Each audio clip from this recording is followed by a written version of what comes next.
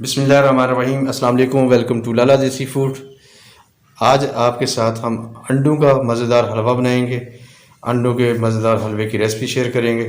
تو چلیں آج کی ریسپی انڈوں کی حلوے کی شروع کرتے ہیں۔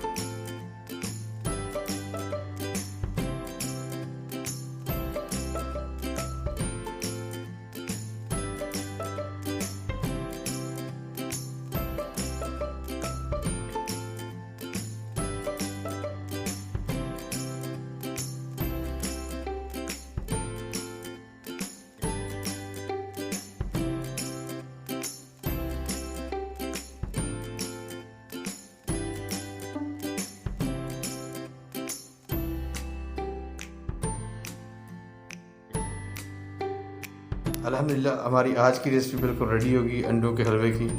بہت ہی مزیدار لک آ رہی ہے، زبردست۔